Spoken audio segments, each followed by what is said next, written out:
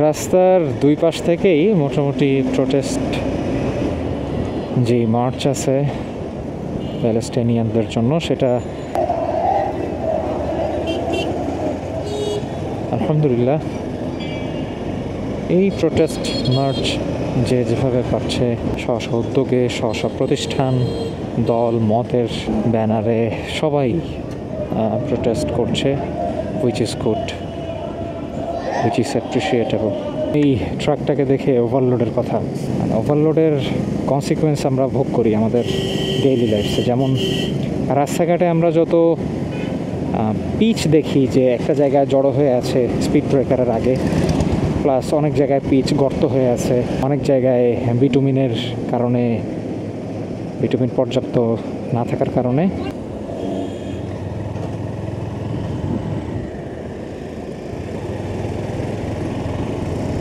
Al-Quds, ফিলিস্তিন আমাদের আবেগের নাম, আমাদের হৃদয়ের নাম। আমরা মুসলিম জাতি হিসেবে, মুসলিম হিসেবে প্রত্যেকে ফিলিস্তিনকে তাদের অন্তরে লালন করি। দ্য ল্যান্ড ফিলিস্তিন একটা সময় শুধুমাত্র মুসলিমদের মুখে মুখে ছিল, একটা সময় শুধুমাত্র মুসলিমরাই ফিলিস্তিন গাজা নিয়ে কথা বলতো এবং ইসরায়েলি যে আগ্রাসন সেটা নিয়ে কথা বলতো। বাট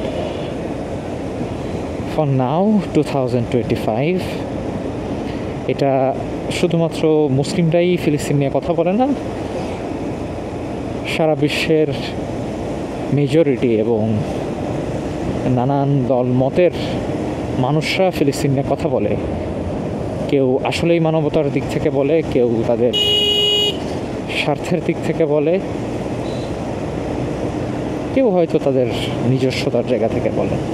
সোহরাওয়ার্দী উদ্যানে বাংলাদেশের তরফ থেকে আয়োজন করা প্যালেস্টাইন সলিডারিটি মুভমেন্ট এর উদ্যোগে আয়োজন হয়ে গেল গণজামায়াত এবং বিশাল এক জনসভার,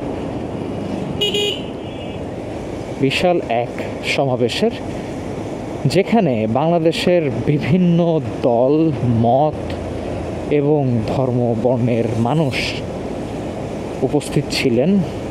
আমার কাছে মনে হয় যে এই দিন once in a lifetime বাংলাদেশের জন্য, কারণ আমরা বাঙালি স্বাভাবিকভাবে কিউট জাতি, খুব আবেগী জাতি এবং খুবই ইগোয়েটিক জাতি অ্যাট দ্য সেম টাইম। আমরা এই ক্রাইসিস ছাড়া বা এই ইস্যু ছাড়া একটা আকাশের নিচে একই সাথে এই সমস্ত দলমতের মানুষ আর কখনো গণজমায়েত হয়েছে কিনা আমার কাছে মনে হয় না, এবং ভবিষ্যতে আর হব কিনা এটা তো আল্লাহু আলাম। তো এটা হচ্ছে বিষয় অন্য। ফিলিস্তিন নিয়ে কথার অনেক বলার আছে, অনেক জমানো কথা আছে যা বলতে থাকবো। আমার ক্যামেরার চার্জ শেষ হয়ে যাবে, আমার মাইক্রোফোনের চার্জ শেষ হয়ে যাবে, তবু হয়তো কথা শেষ হবে না। তো আমার মতো সাধারণ মানুষ যারা আছেন তাদের প্রতি আমার যে মেসেজ থাকবে এই ফিলিস্তিন ইসরায়েল ইস্যু নিয়ে, সেটা হচ্ছে প্রথম অবস্থায় শুরু থেকেই ফ্রম দি বটম আমাদের লাইফস্টাইল চেঞ্জ করে ফেলতে হবে। আমাদের যেই জীবন ব্যবস্থা আছে, আমরা যে জীবন ব্যবস্থার মধ্য দিয়ে আমাদের জীবন অতিবাহিত করছি, আমাদের জীবিকা নির্বাহ করছি, এবং আমরা যাদেরকে ফলো করে আমরা আমাদের লাইফস্টাইল চেঞ্জ করি, যারা আমাদের মাথার তাজ নাউযুবিল্লাহ, এবং কোনো কিছুতে কোনো স্মার্টনেস বোঝার ক্ষেত্রে আমরা যাদেরকেই একমাত্র আইডল মনে করি, অর্থাৎ পশ্চিমা যেই সভ্যতা আছে, পশ্চিমা যেই সংস্কৃতি আছে, পশ্চিমা যেই এদের জন্য তো পশ্চিমা যেই আগ্রাসন আছে, এই জিনিসগুলো আমরা যত দ্রুত বুঝতে পারবো এবং নিজেদের জীবনে ফ্রম অ্যান ইন্ডিভিজুয়াল, আমি আমার কথা বলছি, নিজেদের একদম ইন্ডিভিজুয়ালের জায়গা থেকে আমরা যখন অ্যাপ্লাই করতে পারবো, তখন আমাদের জন্য জিনিসটা ইজিয়ার হয়ে যাবে। তখন যে একদমই তার সাথেও লাইফস্টাইল চেঞ্জেসের সাথে সাথে আরও বেশ কিছু দায়িত্ব কর্তব্য আমাদের থেকে যায়, সেগুলো নিয়ে আমি আসছি। তবে সর্বপ্রথম এবং সর্বপ্রধান যেই কাজ সেটা হচ্ছে লাইফস্টাইল চেঞ্জ করতে হবে, ডিপেন্ডেন্ট এই ব্যাপারটা কমিয়ে ফেলতে হবে। একটা মন্দ উদাহরণ দেই আপনাদেরকে, সেটা হচ্ছে চীন। আপনারা চীন সম্পর্কে যারা জানেন, চীন যারা ভিজিট করেছেন তারা জানবেন যে চীন গুগল, ক্রোম এবং মেটা এর কোনো ধরনের সার্ভিস চীন ব্যান করে রেখেছে আরও অনেক আগে থেকে। চীন দূরদর্শী চিন্তা করেছে এবং চীনের যেই পাওয়ার বর্তমান সমগ্র বিশ্ব জুড়ে চীনের যে প্রভাব রয়েছে সব জায়গা থেকে আপনি যদি চিন্তা করেন, এটা কিন্তু একটা বিশাল ইম্প্যাক্টফুল স্টেপ আমার কাছে যা মনে হয়।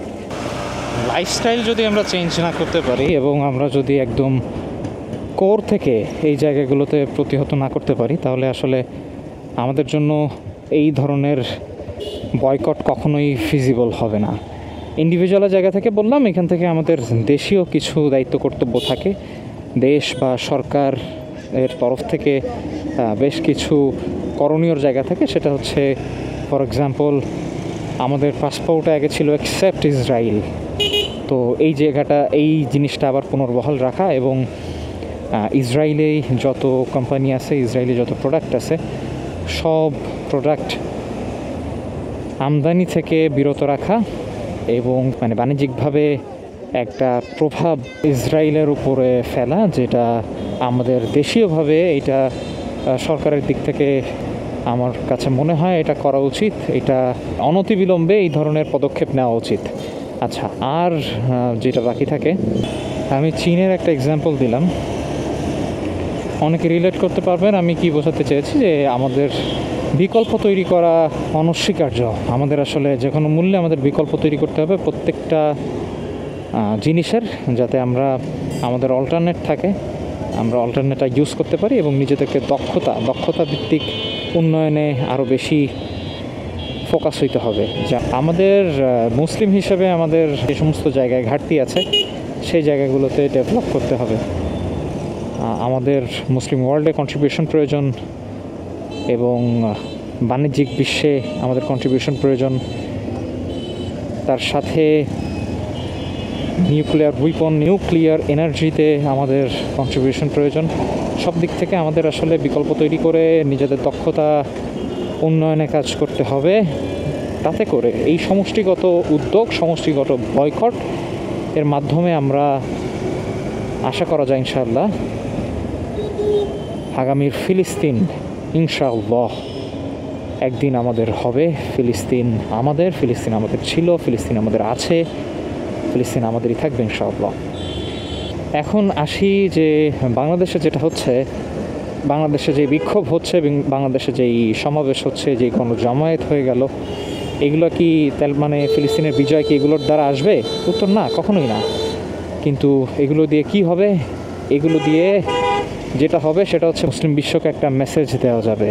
মুসলিম বিশ্ব একটা মেসেজ পাচ্ছে, টোটাল ওয়ার্ল্ড একটা মেসেজ পাচ্ছে যে বাংলাদেশের মতো একটা জায়গা থেকে এই যেই বিক্ষোভ, এই যে সমাবেশ, এইটার কী ইঙ্গিত করে। শুধু বাংলাদেশ না, ইয়েমেন থেকে, সিরিয়া থেকে, মুসলিম ওয়ার্ল্ডের অনেক জায়গা থেকে আমরা জানি যে বিগত দিনে এবং আজকে সহ অনেক জায়গায় এই বিক্ষোভ, এই প্রোটেস্ট এবং এই সমাবেশ বহাল রয়েছে এবং সব জায়গা থেকেই গণজমায়েতের চেষ্টা হচ্ছে, অনেক ইন্ডিভিজুয়ালের জায়গা থেকে করছে।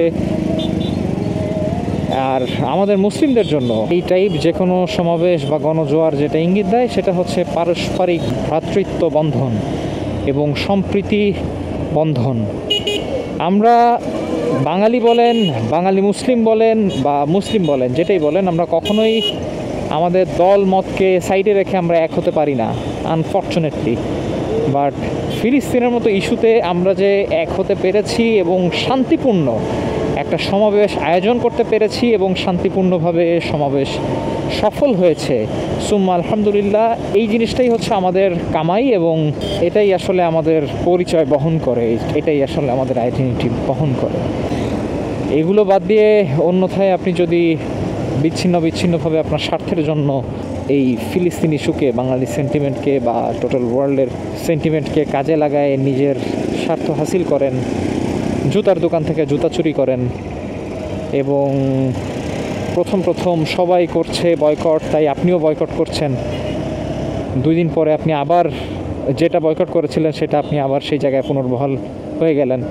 তো এই জিনিসটা কখনোই কিন্তু ফিজিবল হয় না যদি কিনা আমি যেগুলো বিষয় নিয়ে আলোচনা করলাম এবং সমষ্টিগতভাবে গ্রেটার হোলে চিন্তা করে, মানে একটা ইন্ডিভিজুয়াল থেকে চিন্তা করে গ্রেটার হোল পর্যন্ত আপনি যদি এই জায়গাগুলোতে পরিবর্তন না আনতে পারেন, তাহলে কিন্তু কখনোই এই অ্যাক্টগুলা ফিজিবল হয় না।